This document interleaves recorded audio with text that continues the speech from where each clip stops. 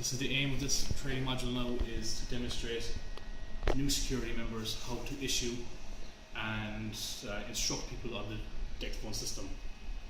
This is the DECT phone we use on site. It is the ASCOM DECT phone. It is AX rated and it is also rugged. You can bring it into any area on site, labs, production area, or any hazardous area where usually electronic communication devices are restricted or prohibited. To use the phone itself, like most phones, you press the unlock button and the start button and you can work away. All these phones you see have their own extension number and you can dial any of these numbers on site. Some people on site have their own personal number they can phone off site, but with these phones themselves they're only allowed phone internally. These phones are also used as man down alarms. There's two ways in which the man down alarm works. First is the red button on top. When you push this red button, it sends out a message to the ERT team on site. This message will contain your rough location and your username. The phone will automatically go into loudspeaker on conference bridge, which I'll explain in a minute, and you'll just await further instructions. The second method is with the tilt. You'll know the tilt is on by the little man in the corner here. When the phone goes below 30 degrees for longer than 30 seconds, it starts alarming. Once the alarm starts, you have 30 seconds to silence it.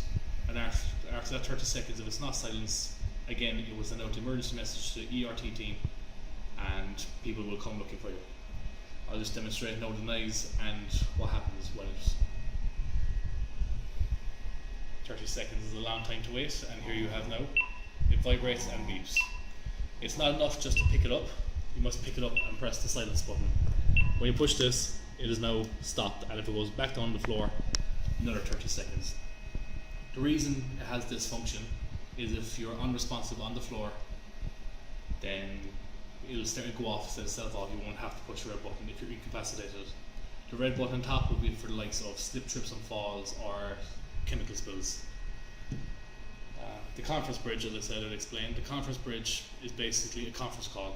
When this phone goes into an emergency situation, all the ERT on site, the emergency response, the first aiders, the fire team and the incident controller get a message and they go into the conference call. In this conference call, you have the incident controller who will be asking for a response. If you have a personal phone, they'll ask for a user. If you have one of the general ones, they'll ask for a number to respond.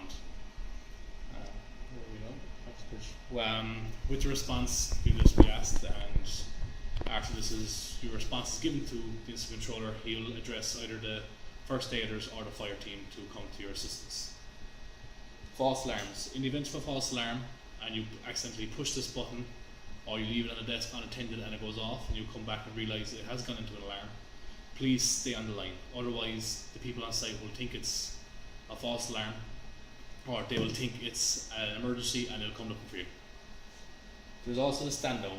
After the incident controller deems that the situation is now finished with, he'll give it an all clear stand down and the security is in the text message. Other stand downs will include just fire team standing down or the first aider standing down. But when we issue the phone to anybody on site, we must use this book.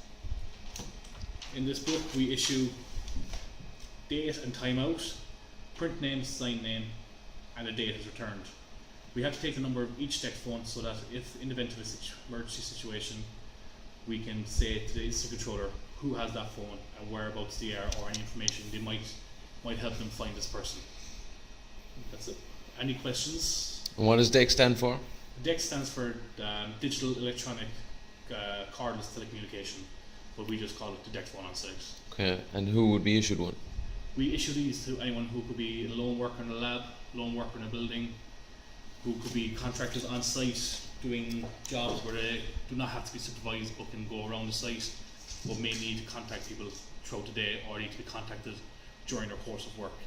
Usually it's people who look for them, who are being told to look for them by their line manager, and we just issue to them. There's no follow up with the line manager to make sure they're allowed to have it.